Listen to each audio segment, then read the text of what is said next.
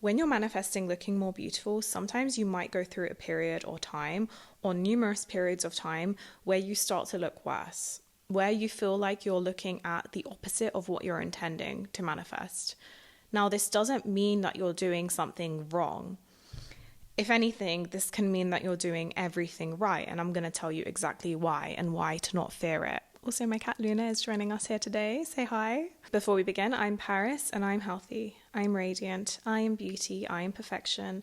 My body is capable of miracles. My cells are magic. I am literally aging in reverse. And so are you. When I started my journey of manifesting physical appearance changes, I wish that someone told me that things could start to look really bad at times. But it's not actually a bad thing. The thing is, there kind of is no such thing as bad things and good things. There are things that you prefer and there are things that you don't prefer, but nothing is inherently good or bad. It's just the label that we give it. Now, a lot of the times, what we think is bad is good and what we think is good is bad.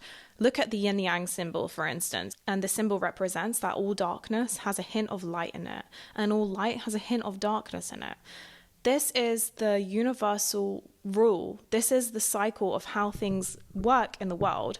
Now, when I was manifesting facial symmetry and a facial glow up, I went through numerous periods of looking worse before I looked better.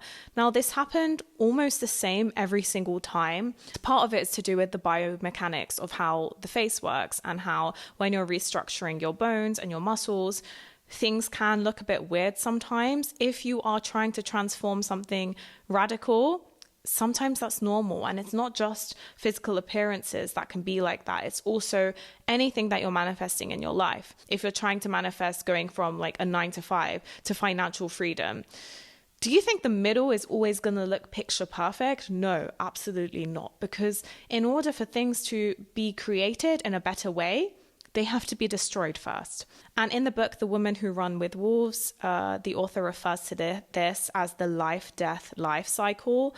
That's how I've experienced every positive thing happening in my life too. We can also look to the Hindu goddess Kali Ma, who represents destruction, death, but also creation and liberation. These two things come together. Now, if you're watching teachers and stuff that are telling you that, you know, the middle is always perfect or nothing bad's going to happen or you're going to get your manifestation in 3 days and everything's going to be amazing, like, no. All of that stuff is basically spiritual bypassing and not honoring and respecting how the energetics of the world actually work. The second that you claim something and say you have something, you do have it, but often for that thing to materialize from the 6D to the 3D takes a certain amount of events, and not all of these events are going to look good. So if you're manifesting physical appearance changes and you feel like you're looking worse, stop judging it. Stop assuming that just because you think it means something's going wrong, that it is. Because if I showed you the way my face transformed over years, you would see periods where it didn't look so great. And I could have looked at that and been like, oh my God, nothing's working. Let me just give up. Like, this is hopeless. But I didn't. I persisted through it. I had faith. I realized how the world works. And every single time you go through this process, you are going to have more faith. That faith is going to see you through. Faith is going to get you to where you need to go to. No matter how messy the middle is, no matter how many negative thoughts you have, negative emotions, these things don't actually matter. Thoughts can be intrusive.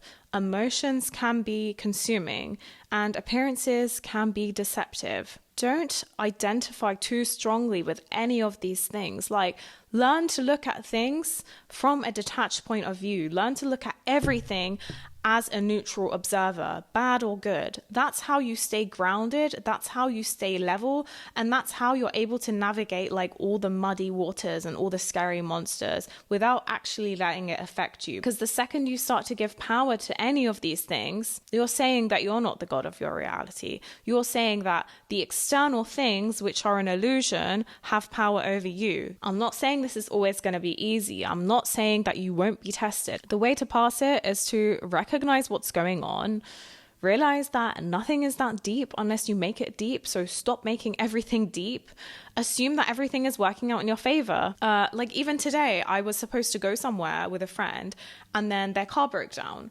Okay, instead of being annoyed and being like, oh my God, I really wanted to do this thing and then it didn't happen, I was like, okay, like maybe it happened because I was supposed to film this video instead. Like, who knows? I actually have no idea. You have no idea. No one has any idea. So just let the stuff happen. Don't deep anything. Have faith in your imaginal acts and what you've claimed to be as true. Now, I know this can be hard sometimes. So if you want further support, I do offer one-to-one guidance in the description. You can find the information for that. I'm reading the Upanishads right now, and over and over again, it keeps repeating the fact that having a teacher or some kind of spiritual guide who has basically walked the path you're trying to walk is so important. Literally just being around someone like that, just engaging with them, can raise your level of consciousness. I'm originally trained as a hypnotherapist, so I always had a large community of coaches, therapists, healers around me, and I sought them out. Like, I went to them.